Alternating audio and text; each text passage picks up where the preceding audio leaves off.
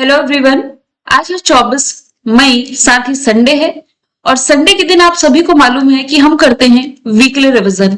आज की इस क्लास में मंडे टू सैटरडे के इंपॉर्टेंट 65 करंट अफेयर के क्वेश्चंस का हम रिवीजन करने जा रहे हैं। वीडियो को आपने लास्ट तक देखना, लास्ट में ये बताना है कि कितने क्वेश्चंस आपने सही अटेम्प्ट किए हैं। हमारा पहला सवाल है, हाल ही में अप्रूव किया हुआ जो सतही कोयला गैसीकरण योजना है, इसके तहत किसी एकल इकाई समूह यानी कि सिंगल एंटिटी ग्रुप के लिए मैक्सिमम कितनी वित्तीय सीमा तय की गई है? तो ये है 37,500 करोड़ रुपीस की। अब ये जो गैसीकरण, कोयला गैसीकरण परियोजना है, इसके बारे में पहले भी मैंने आपको बताया था। ये एक ऐसी वैज्ञानिक प्रक्रिया है जिसमें कोयले को सीधा जलाने की बजाय उसे सिन गैस में कन्वर्ट किया जाता है, और ये गैस जो है मुख्य रूप से हाइड्रोजन और यूरिया बनाने में काम आती है। फिलहाल हम अपनी जरूरतों का 50% से ज्यादा एलएनजी और लगभग सारा अमोनिया बाहर से मंगवाते हैं, और इस स्कीम के आ जाने से हमारे देश में ही ये बनेगा, जिससे न केवल आत्मनिर्भरता आएगी बल्कि हजारों नौकरियां भी इसमें जनरेट होंगी। इसके लिए जो जिम्मेदार मंत्रालय है, यह है कोयला मंत्रालय। साथ ही भारत में यदि हम बात करें तो दुनिया भर में दूसरा सबसे अधिक कोयला भंडारण वाला देश है। पहले स्थान पर इसमें आता है चाइना। सिन गैस में मुख्य रूप से हाइड्रोजन और कार्बन मोनोऑक्साइड होती है, और भारत सरकार का लक्ष्य 2030 तक 100 मिलियन टन कोयले का गैसीकरण करना है। सिन गैस में क्या होता है? हाइड्रोजन और कार्बन मोनोऑक्साइड। नया परिसीमन प्रस्ताव 2026 के लिए किस वर्ष की जनगणना को आधार माना गया है? तो यह है 2011 की जनगणना। 131वां संविधान संशोधन विधेयक अभी चर्चे में था। इसके तहत लोकसभा और विधानसभा की सीटों को फिर से तय किया जाएगा। मजे की बात यह है कि इसके लिए 2011 की जनगणना का सहारा लिया जा रहा है। सबसे बड़ा फायदा यह होगा कि महिलाओं को मिलने वाला 33% का आरक्षण ये हकीकत बन पाएगा। तो लोकसभा का नया स्वरूप कैसा होगा कि एरिया वाइज जो राज्य जितना ज्यादा बढ़ा है, यहाँ लोकसभा सीटों की संख्या ज्यादा हो जाएगी। आर्टिकल 82 में परिसीमन आयोग का उल्लेख है, और इसके फैसलों को अदालत में चुनौती नहीं दी जा सकती। पहला ये आयोग 1952 में बना था, और 106वां संविधान संशोधन विधेयक महिला आरक्षण से संबंधित है। परिसीमन आयोग के अध्यक्ष सुप्रीम कोर्ट के रिटायर्ड जज होते हैं, और वर्तमान में लोकसभा सीटों का जो निर्धारण है, इसके लिए बेस ईयर है 1971 की जनगणना। भारत की पहली इंटीग्रेटेड CCUS फील्ड लैब ये कहाँ स्थापित की गई है? IIT बॉम्बे में। अभी CCUS इसकी फुल फॉर्म बनती है carbon capture utilisation and storage lab. देखिए, ये जो लैब है ना, ये हवा से खतरनाक कार्बन डाइऑक्साइड को ऑब्जर्व कर लेगी और उसे बेकार फेंकने के बजाय सीमेंट और स्टील बनाने वाले उपयोगी रसायन में कन्वर्ट कर देगी। इसका उद्घाटन किया है केंद्रीय शिक्षा मंत्री धर्मेंद्र प्रधान ने। सबसे अच्छी बात यह है कि पूरी तरीके से मेड इन इंडिया टेक्नोलॉजी से बनी हुई है। IIT बॉम्बे के वैज्ञानिकों ने इसे बनाया है। अगला सवाल है, अच्छा, IIT बॉम्बे का फॉर्मेशन ईयर 1958 है। CCUS तकनीक में सोखे गए कार्बन को किन उद्योगों में इस्तेमाल किया जाएगा? सीमेंट और स्टील उद्योग में। भारत का नेट जीरो उत्सर्जन का लक्ष्य क्या है? 2070 तक। हाल ही में CCBD की DB की अध्यक्षता संभाली है भारत ने, जिसमें कि भारत का कार्यकाल 3 सालों के लिए 2026, 27 और 28 के लिए रहने वाला है। CCDB है, ये माफ कीजिएगा, कॉमन क्राइटेरिया डेवलपमेंट बोर्ड इसकी फुल फॉर्म है। तो भारत अब उन 38 देशों के ग्रुप का नेतृत्व करेगा जो चिप्स, सॉफ्टवेयर और नेटवर्क डिवाइस की सुरक्षा के ग्लोबल स्टैंडर्ड तय करते हैं।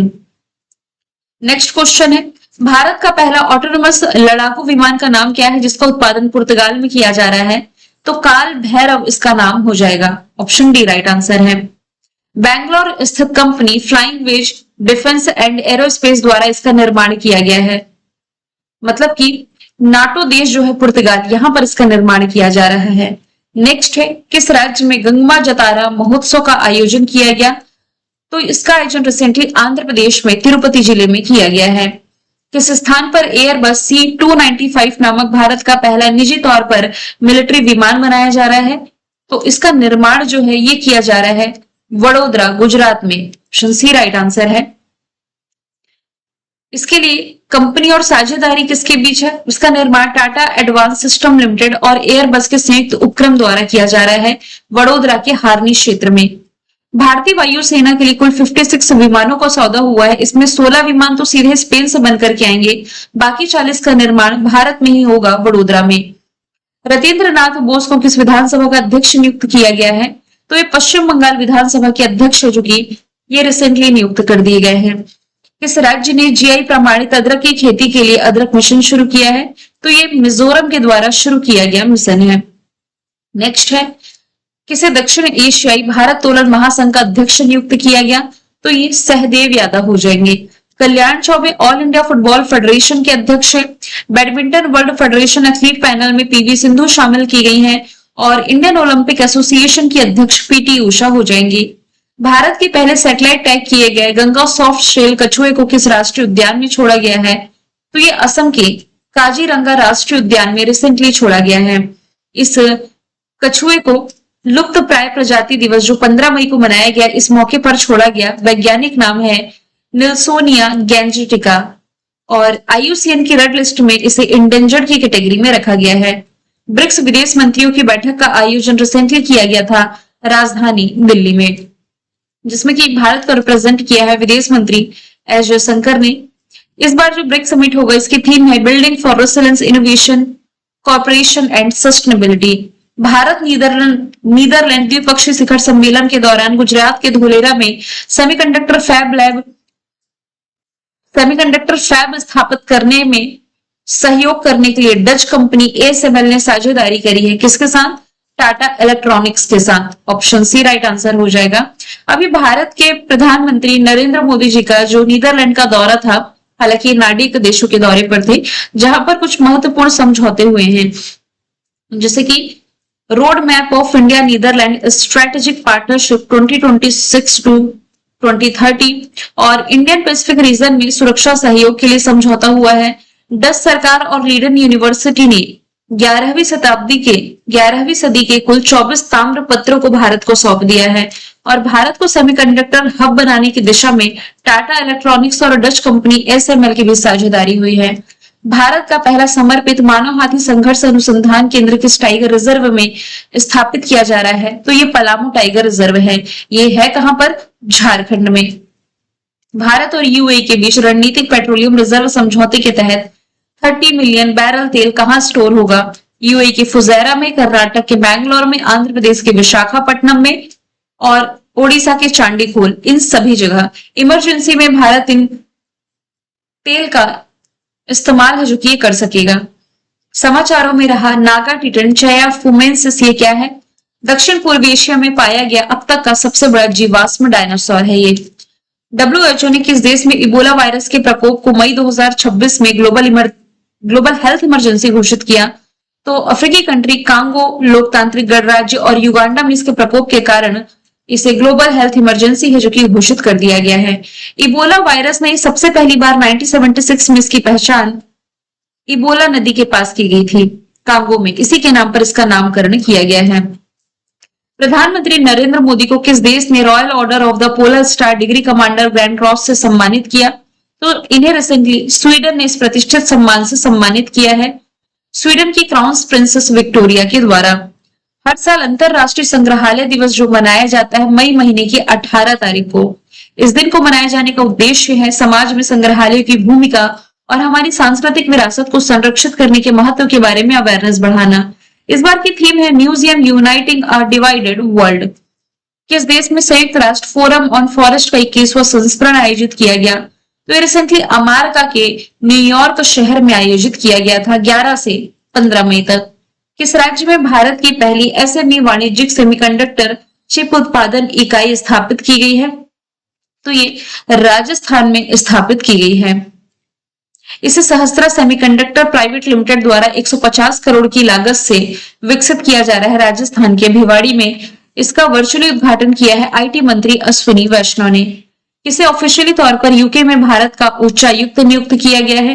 तो पीरिया सामी कुमारन ये भारत के अगले उच्चायुक्त यूके में नियुक्त कर दिए गए हैं। चर्चे में रहा ऑपरेशन रेड पिल की सुरक्षा एजेंसी द्वारा चलाया गया अभियान है नारकोटिक्स कंट्रोल ब्यूरो के द्वारा और इसमें भारत में पहली बार कैप्टागन नामक एक बहुत ही खतरनाक सिंथेटिक नशीले दवा की भारी खेप पकड़ी गई है। इसे दुनिया भर में जिहादी ड्रग या गरीबों का कोकीन भी कहा जाता है। हाल ही में चर्चे में रहा अभय एआई आधारित हेल्प बॉट है जो कि किस केंद्रीय जांच एजेंसी द्वारा साइबर धोखाधड़ी से निपटने के लिए लॉन्च किया गया? तो ये सेंट्रल ब्यूरो ऑफ इन्वेस्टिगेशन के द्वारा लॉन्च किया गया है रिसेंटली। इसकी फुल फॉर्म बनती है AI base help bot for authentication of your notice.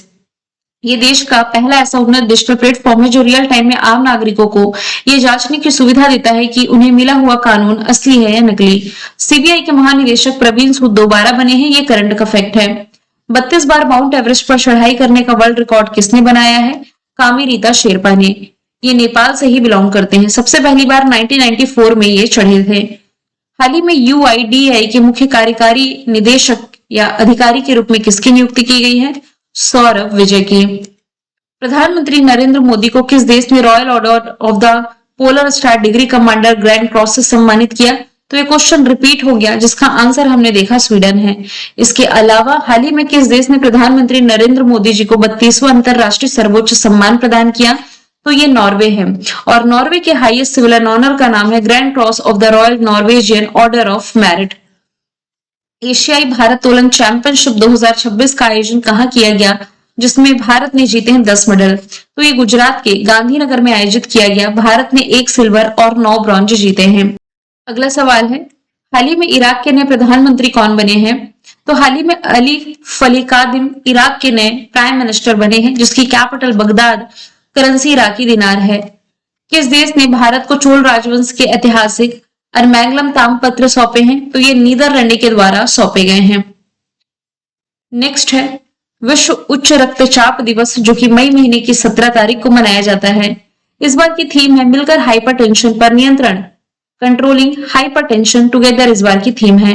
सवाल है, केरलम विधानसभा के स्पीकर कौन बने हैं? तो हाल ही में तिरुवंचूर राधाकृष्णन केरला विधानसभा के स्पीकर बन गए हैं और पेनीमोल उस्मान को डिप्टी स्पीकर बनाया गया है। नेक्स्ट है सिलीगुड़ी कॉरिडोर चिकन नेक जिसे आप कहते हैं किन दो देशों के बीच है, जिसके बड़े हिस्से को पश्चिम बंगाल सरकार ने केंद्रीय एजेंसियों को स्थानांतरित किया है? तो ये नेपाल और बांग्लादेश की सीमा पर है। इस क्षेत्र में डेवलपमेंट के लिए ये स्थानीय एजेंसी जैसे कि national highway authority of India limited को रिसेंटली सौंप दिया गया है। वर्ल्ड बी डे यानी कि मधुमक्खी दिवस मनाया कब जाता है? मई महीने की 20 तारीख को। इस बार की थीम रही है be together for people and the planet, a partnership that sustains us all. 11वीं बार माउंट एवरेस्ट पर चढ़ाई करने वाली पहली महिला कौन है, जिन्हें माउंटेन क्वीन के नाम से जाना जाता है? तो ये है लापा शेरपा, जो कि बिलोंग करती हैं नेपाल से ही। किस राज्य ने एक नई जनसंख्या प्रबंधन नीति जारी करते हुए तीसरे बच्चे के जन्म पर 30,000 और चौथे बच्चे के जन्म पर 40,000 प्रोत्साहन राशि देने का ऐलान किया? तो ये आंध्र प्रदेश हो जाएगा। विपणन सत्र 2026-27 के लिए खरीफ की फसलों के लिए MSP के संबंध में सरकार द्वारा किस फसल के लिए सबसे अधिक पूर्ण वृद्धि की घोषणा की गई? तो ये सनफ्लावर सीड है। नेक्स्ट है, अच्छा MSP क्या होता है? भारत सरकार द्वारा किसानों को मार्केट के उतार चढ़ाव से बचाने के लिए दिया जाने वाला एक तरह का गारंटी मूल्य है। और खरीफ की फसलें जो जून जुलाई में बोई जाएं और सितंबर अक्टूबर में काट ली जाएं, जैसे कि धान, मक्का, ज्वार, बाजरा, कपास और सोयाबीन। भारत ने किस देश के साथ शुक्र ग्रह के अध्ययन के लिए वीनस ऑर्बिटर मिशन पर समझौता किया है? तो ये देश हो जाएगा Sweden. Option D right answer है। भारत ने अपने शुक्र ऑर्बिटर मिशन के लिए स्वीडन के साथ समझौता किया है। पर्पस क्या है? ये उपकरण सूर्य से निकलने वाले आवेशित कण और शुक्र ग्रह के वायुमंडल के बीच होने वाले परस्पर क्रिया का अध्ययन करेगा। भारतीय मूल के किस व्यक्ति को यूके के इतिहास में सबसे कम उम्र के एलेस्ट्री और बोरमबुड का मेयर नियुक्त किया गया? तो ये तुषार कपूर है। इनकी उम्र मात्र 23 साल है। वैसे ही हमने देखा था भारतीय मूल के जो जोरान ममदानी है न्यूयॉर्क के पहले मुस्लिम मेयर बने थे। 19 मई 2026 को प्रधानमंत्री नरेंद्र मोदी किस शिखर सम्मेलन में संयुक्त प्रेस वक्तव्य दिए हैं? तो ये तीसरा भारत नार्डिक शिखर सम्मेलन रहा था। 19 मई 2026 को किस राज्य की ऊटन और धिरौली खदानों से कोयला उत्पादन शुरू हुआ? तो ये मध्य प्रदेश में है, जिसमें कि ऊटन खदान जो है ये मध्य प्रदेश के अनूपपुर जिले में है। इसमें माइनिंग का काम messrs GMS mining private limited कर रही है, जबकि धिरौली कोयला खदान सिंगरौली जिले में आती है। अडानी की ही सहायक कंपनी मेसर्स महाजन एनर्जन लिमिटेड के द्वारा इसमें माइनिंग का काम किया जा रहा है।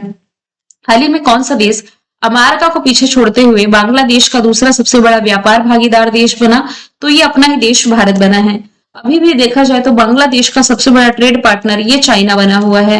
हाल ही में नेशनल हेल्थ गोल्स 2030 फ्रेमवर्क किसने जारी किया है? तो ये नीति आयोग के द्वारा जारी किया गया है। इससे सबसे बड़ा फायदा ये होगा कि मरीजों को तुरंत इलाज मिलेगा और हमारे सरकारी प्राथमिक स्वास्थ्य केंद्रों पर लगने वाली जो लंबी लाइन है इससे छुटकारा मिलेगा।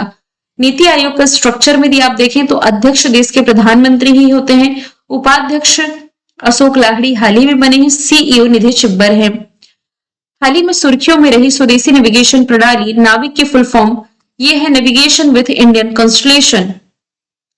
इसे जीएसएलवी रॉकेट की मदद से अंतरिक्ष में भेजा गया है। ये एक उन्नत उपग्रह के नेटवर्क में जुड़ने के बाद भारत और उसके पड़ोसी देशों में मिलने वाली जीपीएस जैसी नेविगेशन सर्विस की क्षमता पहले के मुकाबले 2 गुना और अधिक सटीक हो जाएगी।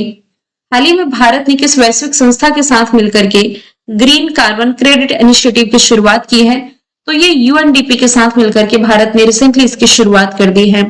इस इंटरनेशनल स्कीम की सबसे अच्छी बात यह है जो भारतीय किसान अपने खेतों में ऑर्गेनिक फार्मिंग, ड्रिप इरिगेशन या पेड़ लगाने जैसे अच्छे काम करेंगे उन्हें सरकार सीधा नगद इनाम या कार्बन क्रेडिट देगी। लेखिका जिनका नाम है यांग स्वांगजी, इन्हें किस उपन्यास के लिए 2026 का इंटरनेशनल बुकर पुरस्कार मिला है? ताइवान ट्रैवलॉग, ये इनका उपन्यास है जिसके लिए इन्होंने ये अवार्ड जीता है। ये मंदारिन चीनी भाषा में लिखा गया है, इसका अंग्रेजी में ट्रांसलेशन ये किया गया है लिंकिंग के द्वारा। तीसरा भारत नाटिक शिखर सम्मेलन आयोजित किया गया था नॉर्वे की कैपिटल ओस्लो में, जिसमें कि भारत को प्रेजेंट किया प्राइम मिनिस्टर नरेंद्र मोदी जी ने। नॉर्डिक देशों की लिस्ट में डेनमार्क, स्वीडन, नॉर्वे, फिनलैंड और आइसलैंड आप याद रखें। अब तक जो नार्डिक शिखर सम्मेलन रहे, पहला स्वीडन में, दूसरा डेनमार्क में, तीसरा अभी नॉर्वे ने होस्ट किया, नेक्स्ट होस्ट करेगा फिनलैंड। झरिया कोयला क्षेत्र जो अपने दशकों पुरानी भूमिगत आग के लिए और उससे निकलने वाली ग्रीन हाउस गैस की वजह से चर्चे में है, किस राज्य में है? तो ये झारखंड में हो जाएगा। आतंकवाद विरोधी दिवस ये मनाया जाता है 21 मई को। ये देश के पूर्व प्राइम मिनिस्टर राजीव गांधी जी की पुण्यतिथि भी है। और वर्ल्ड बायोडाइवर्सिटी डे ये मई महीने की 22 तारीख को मनाया जाता है। इस बार की थीम है एक्टिंग लॉजिकली, माफ कीजिएगा, acting locally for global impact. अगला सवाल है किस देश में इस साल 52nd नंबर का G7 समिट आयोजित किया जाएगा? तो फ्रांस में आयोजित होना है जून के महीने में 15 से 17 जून तक।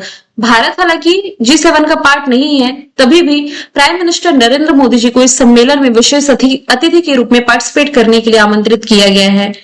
भारत और किस देश ने इनोवेट इंडिया नामक नवाचार केंद्र स्थापित करने की घोषणा करी है? तो ये भारत और इटली के द्वारा घोषणा की गई है। ये केंद्र फिनटेक, स्वास्थ्य सेवा, क्वांटम कंप्यूटिंग, एआई, ऊर्जा, कृषि तकनीकों जैसे क्षेत्रों में सहयोग को बढ़ावा देगा और 2029 तक दोनों देशों ने द्विपक्षीय व्यापार को 20 अरब यूरो तक पहुंचाने का लक्ष्य रखा है। इस संगठन ने प्राइम मिनिस्टर नरेंद्र मोदी जी को प्रतिष्ठित एग्रीकोला मेडल से सम्मानित किया। तो ये सम्मानित किया गया है recently food and agriculture organisation के द्वारा इटली की कैपिटल रोम में, जहां पर फूड एंड एग्रीकल्चर ऑर्गेनाइजेशन का हेडक्वार्टर है। और ये मेडल FAO यानी कि फूड एंड एग्रीकल्चर ऑर्गेनाइजेशन के महानिदेशक क्यू डोंगियो के द्वारा प्रदान किया गया। भारत और इटली ने किस वर्ष को संस्कृति और पर्यटन का वर्ष घोषित किया है? 2027 को। किस वायरस के खतरे की वजह से भारत में आयोजित होने वाला जो international big cat alliance summit था ये टाला गया है? तो ये इबोला वायरस है। इबोला वायरस के बारे में जस्ट मैंने आपको बताया ही था। पहली बार ये इंटरनेशनल बिग कैट अलायंस है जो कि आयोजित होना था भारत में, चौथा इंडिया अफ्रीका फोरम समिट के साथ साथ ही आयोजित होता, लेकिन ये टाल दिया गया है। नेक्स्ट है इंडियन एयरफोर्स की पहली महिला फ्लाइंग इंस्ट्रक्टर जो कि बन गई है Sanya. Option A right answer है। फ्लाइंग इंस्ट्रक्टर एक ऐसा अधिकारी होता है जिसे पायलटों को उड़ान संचालन में ट्रेनिंग देने के लिए ही ट्रेन किया जाता है। फौज में पहली महिला का करंट अफेयर कल ही की क्लास में हमने देखा है, सैटरडे की क्लास में। आप चाहे तो उसका स्क्रीनशॉट ले सकते हैं, अदरवाइज ये PDF में आपको टेलीग्राम पर शेयर कर दूंगी। टेलीग्राम पर आप नहीं जुड़े हैं तो कल्याणी मैम ऑफिशियल चैनल से जुड़ सकते हैं। विश्व कछुआ दिवस यानी कि वर्ल्ड टर्टल डे मनाया कब जाता है? मई महीने की 23 तारीख को। दुनिया भर में कछुओं और उनके लिप्त हो रहे आवासों की रक्षा करने के लिए दिवस मनाया जाता है। इस बार की थीम है टर्टल प्रोटेक्टर प्लेस यानी कि कछुआ रक्षक शपथ। यूरोपा लीग चैंपियनशिप 2026 का खिताब ये जीता है एस्टन विला क्लब ने। ये इंग्लैंड का फुटबॉल क्लब है। जर्मनी के SC फ्रीबर्ग क्लब को हरा करके इसने खिताब अपने नाम किया है।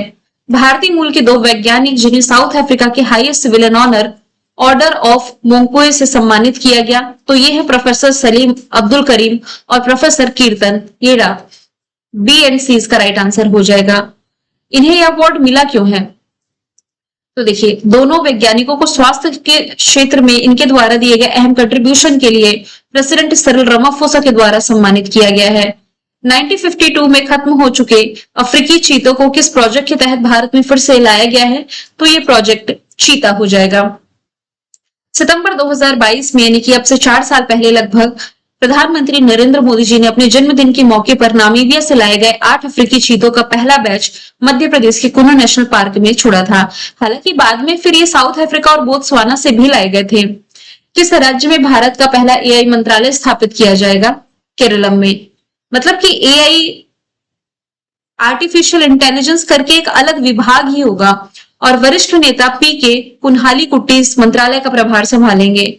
गुजरात की जो कल्पसर परियोजना है जिसका डिस्कशन हमने कल किया था, इसके काम में तेजी लाने के लिए भारत ने किस देश के साथ समझौता किया है? तो ये नीदरलैंड के साथ किया है। और लास्ट का क्वेश्चन है, किसे केंद्रीय सूचना आयोग ने आरटीआई एक्ट के दायरे से बाहर रखने का आदेश दिया? तो ये बीसीसीआई हो जाएगा। आरटीआई ने यह कहा है कि बीसीसीआई एक निजी स्वायत्त निकाय है और आरटीआई की धारा 2H के तहत पब्लिक अथॉरिटी के अंतर्गत नहीं आता। इसका फॉर्मेशन ईयर 1928 मुंबई महाराष्ट्र में हेडक्वार्टर है और इसके अध्यक्ष हो जाएंगे मिथुन मिन्हास। मैंने कल आपसे पूछा था ऑपरेशन रेडपिल के बारे में, ये किस सुरक्षा एजेंसी ने शुरू किया है? नारकोटिक्स कंट्रोल ब्यूरो ने। आज का सवाल है, किस स्थान पर भारत की पहली हाइड्रोजन बस सर्विस की शुरुआत की गई? आंसर इसका जो भी है कमेंट बॉक्स में बताएंगे। मिलेंगे नेक्स्ट क्लास में। Thank you so much.